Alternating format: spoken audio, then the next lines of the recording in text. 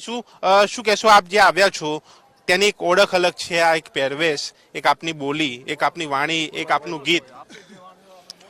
અમને 7-8 દિવસ અગાઉ વાડીનાથ તરફથી નિમંત્રણ મળ્યું હતું અને આ જે અમે ગાઈએ એ અમારી સરજુગાન કહેવાય અને જૂની સંસ્કૃતિ છે.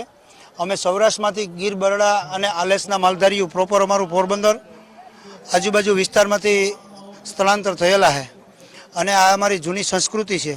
અને આવતીકાલે એટલે કે 22 તારીખે જ્યારે મોદી સાહેબ આવે ત્યારે અમારે જૂની સંસ્કૃતિ સરજુગાનથી અને પરંપરાગત જે અમારી બહેનો રાસ લઈએ એ રાસ લઈ રાહડા ગાઈ સરજુગાન કરી અને દેશના યશસ્વી વડાપ્રધાન શ્રી નરેન્દ્રભાઈ મોદીનું અમારે ભવ્ય સ્વાગત કરવાનું છે. 14 પરંગણામાં ગુજરાત માલધારી સંવતના 14 પરંગણા આવેલા છે.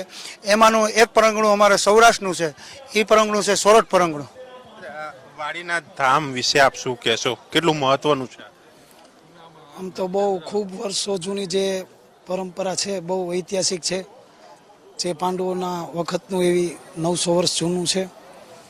અને બાકી બળદેવગીરી બાપુનું જે ભજન છે, એમની જે ચેતના છે. આપ શું કહેશો, આપ અહીંયા આવ્યા છો, કેવો માહોલ? બહુ સારામાં સારો માહોલ છે. આવીને આવી બધાને મોજ કરાવે અને માતાજીની આશીર્વાદ મળે અને બળદેવગીરી બાપુના આશીર્વાદ મળે, વાડીનાથ બાપુના, એવી અમારી શુભેચ્છાઓ છે.